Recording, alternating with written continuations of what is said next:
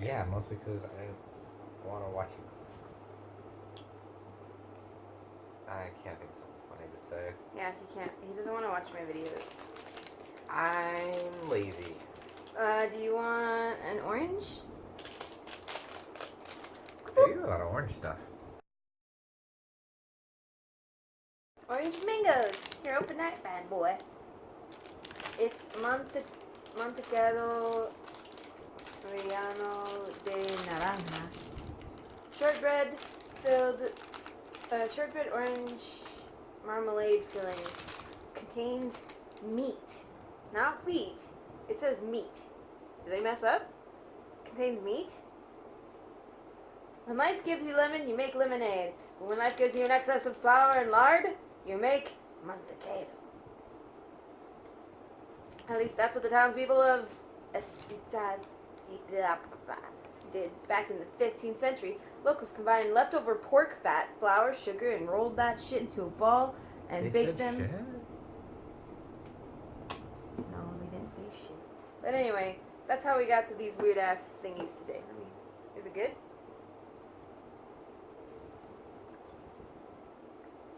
Reminds me of those little the rose cookies. You know, the flour rose cookies.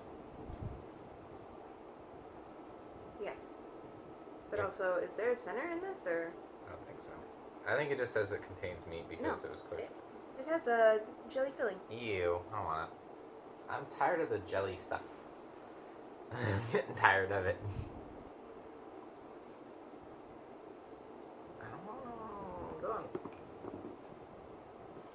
That was the chair. It was Over alright. there. It was the chair across the room. I don't know why it's making noises, but I it bet is. that my camera can't pick up that sound because it's so muffled. But the fact that we're acknowledging that it exists is the problem. If a tree falls in the woods, you still fart on camera. I mean, as long as you're happy. Like I said, I don't watch the videos. I'm like Johnny Depp. Yeah, I don't watch my own movies. I can't watch I'll my own Johnny movies. Depp the hell out of this shit. I'm so cool. Just like Johnny My Depp. arm is just filled with I wear bracelets. so many bracelets and scarves that I could work at the hippie gypsy. Sorry, this one is Yeah. Cortadillo or something. It's a soft cake with cream filling. But it's definitely a cake.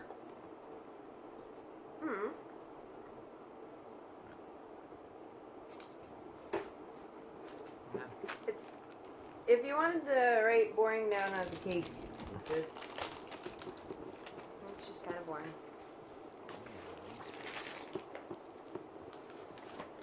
I'm gonna just put this out of the way. Because it's not terrible. I'll finish it. But it's just meh. It's just meh, the cake. Was there anything interesting about it? What's so puzzling about this cake, you ask? No. The answer takes us to the convents of southern where Catholic nuns first prepared the treat. Well, that's why it's so boring. It was nuns. It's the fault of the nuns. Usually food made by religious people sucks. The religious people in the comments are just like... This one is asbestos. Asbestos? It's asbestos flavored asbestos. It has that. We've got the asbestos with the Chipmunk? bestos. Maybe it is a bear. Well, It doesn't have a tail. I was gonna say he doesn't have the beaver tail, and if you're trying to Maybe make a they just beaver, didn't that's wanna like the give him the classic tail. thing to do is the big beaver tail. That's what beavers are like known for, is the teeth and the tail. Well, if you think about it in terms of like Arthur's technically like an armadillo or an anteater or something, and he doesn't look Arthur's like Arthur. become like just animal again, like they've just It's like that slowly though. They don't have tails sticking out the backside, do they? This is really light. It's like air. It says visiting Spain without tasting its ham. Impossible. Ham is a crown jewel of Spanish cuisine. What does ham have to do with this? It's ham flavored pork puff snack. Oh, okay. So it's like a chicharrone. I was thinking more like, what are those things called? Where they're like pork rinds? I was thinking pork rinds. Pork rinds are chicharrones. Are they? Yeah, I'm just using the your people term for it. The your people term? Excuse me? We do it better. Hmm. We do it a lot better in America. I like it. You like that? No, no, I don't like it. It's just, it tastes, you know what? It tastes like you'd think asbestos would taste. I just can't pronounce things, English or otherwise. Otherwise, has it's a a- tough language. Open that. Or one of these. Because this is the last of it. I'm going to save this, whatever it is, for last. Hey! What a wonderful kind of day. Watermelon. I like watermelon stuff. Yeah, I'm assuming that these watermelon slices are going to be spicy. Can you just...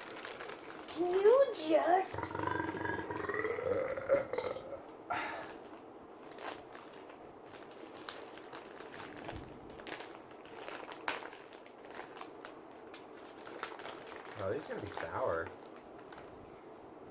We know watermelon doesn't exactly scream November, but sorry we're in December now because I took so long. But it makes you think of summer and all of its warm, sunny glory. It We're tastes trying not to get exactly salty. like watermelon Sour Patch Kids. It was great. Blah, blah, blah, blah, blah, blah. Little tiny watermelon. I love. Like this one only has like a little bit of green on it, so. This guy looks like he just farted on the elevator. Doesn't he? He's like, it wasn't me. Oh, me? You son of a bitch. I'm in. They don't have the good part of the Sour Patch Kids watermelon. Their sour coating on the outside is kind of yuck.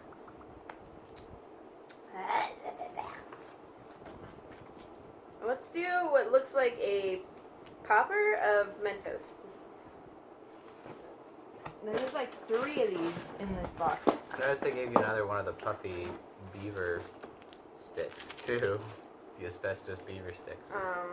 Is this just the same thing? Yeah, it's just the asbestos beaver sticks. Is it a different flavor? No, it's the same flavor. But this is called the Gold. Kinda cool of them to give you 2 even though they suck. Gold whatever. Yeah, sometimes if the snacks are extra small or something, they give you like an extra version of it. Yeah, I noticed that. Or if there's like 2 flavors. I don't understand, like... How are you having so much trouble with packaging? Cause I don't know if this sticky was supposed to help me unhook the top of it or what. But it didn't. It didn't. Oh, you know what this reminds me of is the mini M&Ms. You remember those? And they come in a tube. Oh, yeah, they come in And then the those tube. tubes were perfect for keeping like your micro machines in or whatever. I was a child in the 90s, and it was awesome. I miss mini M&Ms. M&M Corporation hashtag M&Ms. Bring back mini M&Ms. Like, let's start a campaign, everybody. They have mini M&Ms still. But let's make them more popular. What? Are these I'm really just that looking bad? to read them. Chocolate and caramel?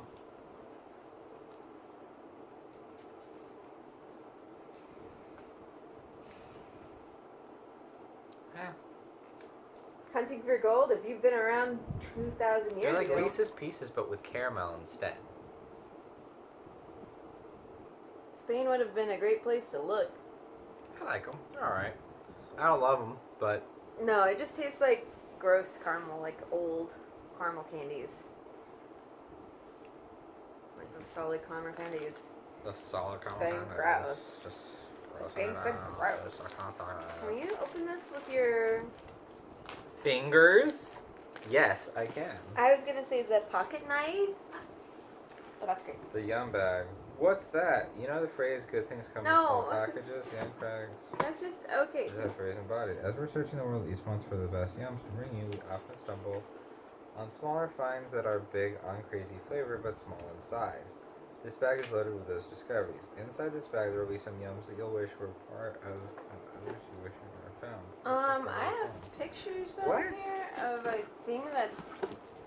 They just gave you like an extra bag? No, they always give you little tiny candies. But I have food in this book that I didn't get in my box. Like what? Like this bad boy right here. It's honey candy, and it's almond and honey, and I didn't get that. There's nothing that looks like that in this box, unless it's a tiny little itsy bitsy version. Okay, it's the itsy bitsy version. Oh, look at us freaking out. It's the most luxurious Christmas edition on the planet. No, we're not being dramatic. Well, not totally. You see, alfador is the Arabic word for al-fakr, which literally means luxurious. Take one bite of this soft sweet made with cinnamon and breadcrumbs. And you're just going to shit your pants. You just immediately shit your pants. Just because you're shitting your pants?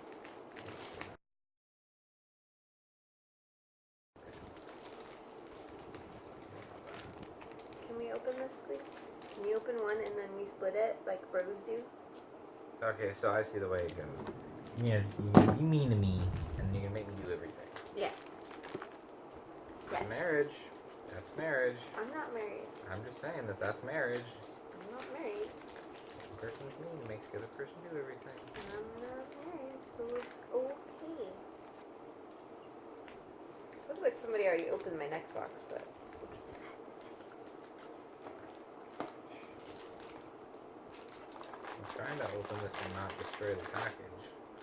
I don't feel good. All of these snacks are making my stomach. It always does this to me too. Like I always get like kind of nauseous feeling eating a bunch of different snacks in one sitting. Well, it was a really nice experience for a little while, but now it's just gross. There we go. Purple. Green. It has eyeballs.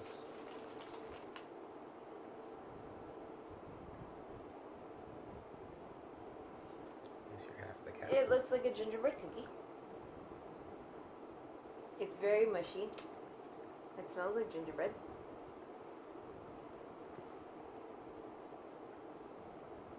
You have the rest of mine if you want. No. No, don't throw that out. I'm not saying it's bad. I just didn't really like it too much myself. I feel bad throwing out the food, you know? Yeah, but, you know, you never know if you're going to like it or not. If you knew you liked it already, you wouldn't be wasting the food. It's not my fault, it's the food's fault. Can you push stop and record really quick?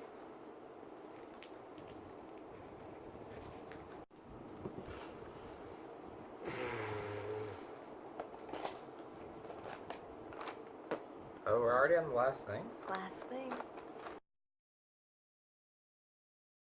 I mean, didn't explain the rabbits at all. This chocolate is a huge secret, or at least it would have been 500 years ago. We'll explain. Spanish conquistador Hernan Cortez. Fernando? Hernan Cortez. Hernan. First encountered chocolate as a bitter spiced drink in Aztec Mexico back in 1528. Hey, we're supposed to stay in Spain. Yeah, but it's still Spanish history. And he brought back the first cocoa beans back to Spain. Explaining how the chocolate got to Spain. Stop stealing from the beans. Well, anyway, there's more story to it. I'll just slowly let it scroll across the screen, I guess. I don't know. Basically, chocolate's cool. Everybody likes it. Everybody loves chocolate. It was very popular. It was bitter. They sweetened it up. They turned it into a dessert. We know what's going on with the chocolate history. They transfer chocolate here and there. Whoa! It just looks like it's like a giant Hershey's Kisses. It just makes me feel like I'm a hobbit. I feel like a hobbit right now holding this in my hand. Well, I mean, like, there is bigger Hershey Kisses. You can get one like this big or this big. It's literally just chocolate. Just a big Hershey's Kiss. It's dark chocolate. Ooh, that's dark. Oh, that's super dark. Like I said, it's just slightly bigger, so it just made me feel like a hobbit for a second. I was like, this is so big. It's good though. It has like a good like It has like a fudge consistency. moussey center, which is great. We should probably set a few aside for your mom. Sin chocolate. It's good though. If I was rating stuff with like an actual rating system, this would definitely be the best thing in the box. 10 out of 10. Eat it again. But let's see if we can find the rabbits, Lenny. No, I wasn't even doing the rabbit thing as a joke to the rabbits. That just kind of fits. That's funny. The world is full of coincidences. Plate of shrimp, you know. Plate of shrimp? What is that? From a movie.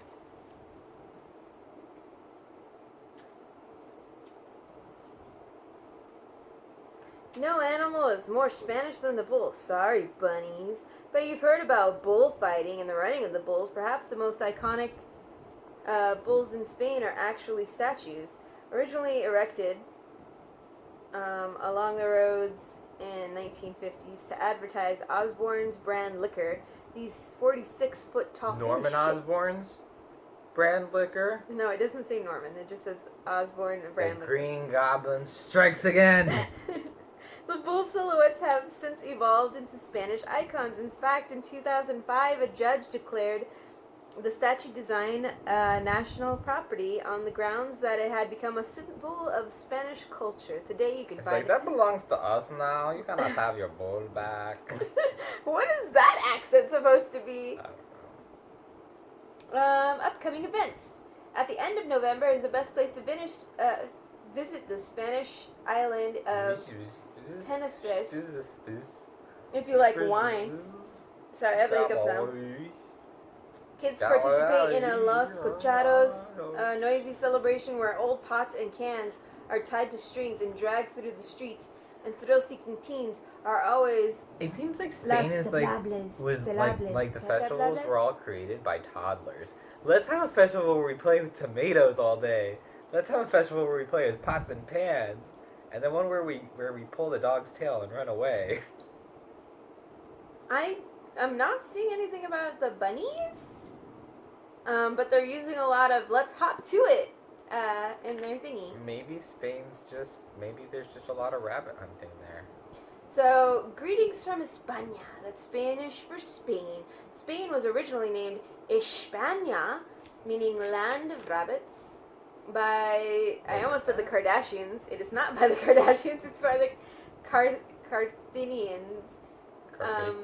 Carthaginians? I don't know how to read.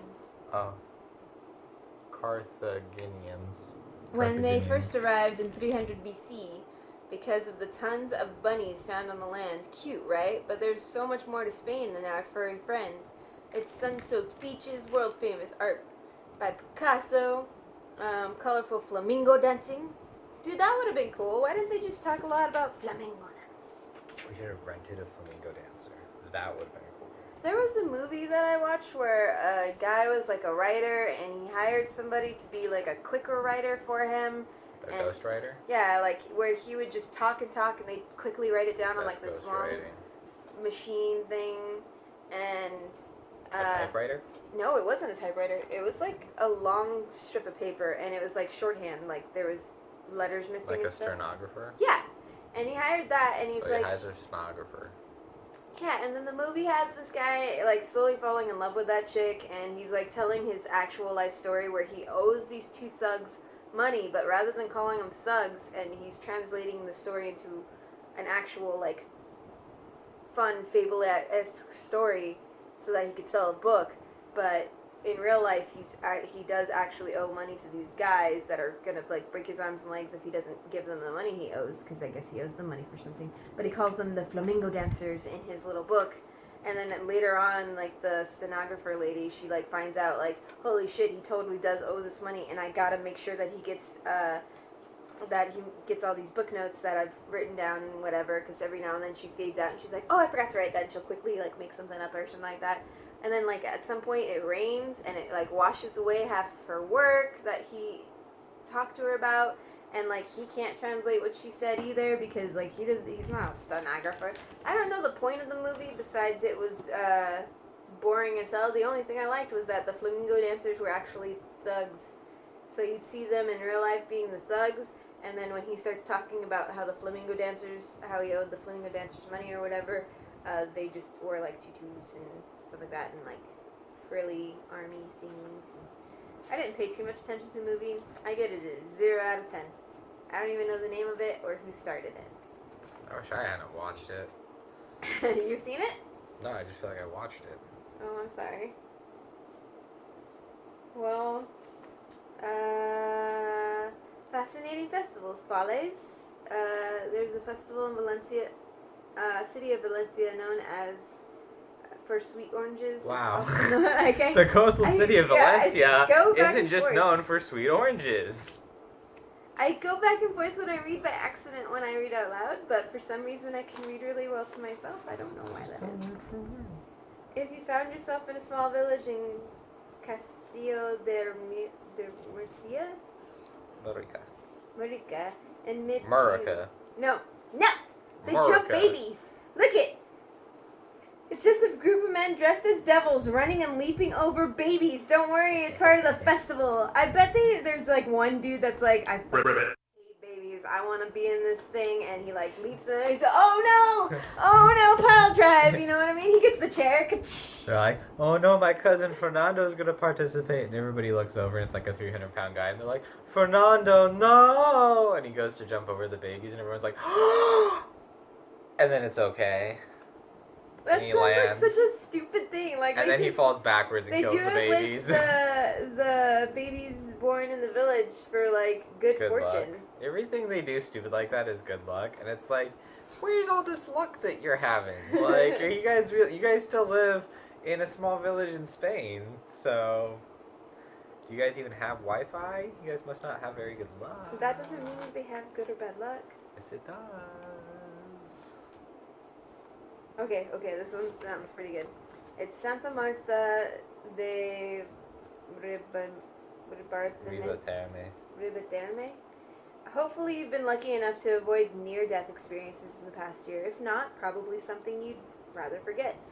But things are different in the Spanish village as of knives. As of now! They're having near-death experiences.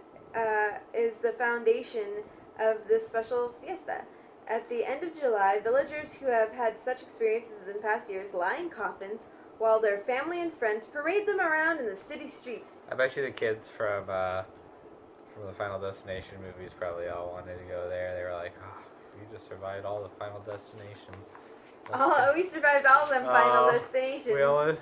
Our Final Destination is Spain for the festivals. I wasn't too fond of this box. There's very few things I liked. The chocolate was the best. The chocolate and those spicy gummies. The chips were good. No, the chips were gross. I like the chips. They just tasted like oregano, one of them. No. Very disappointed. I don't want to be here anymore. I'm done.